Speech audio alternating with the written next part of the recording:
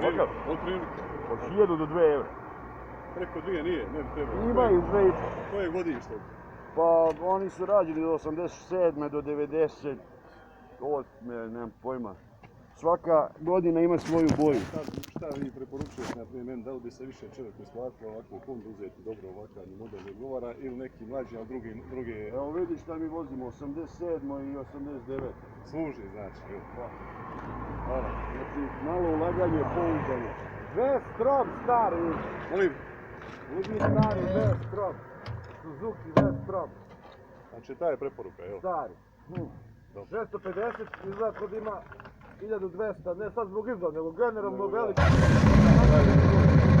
Sve to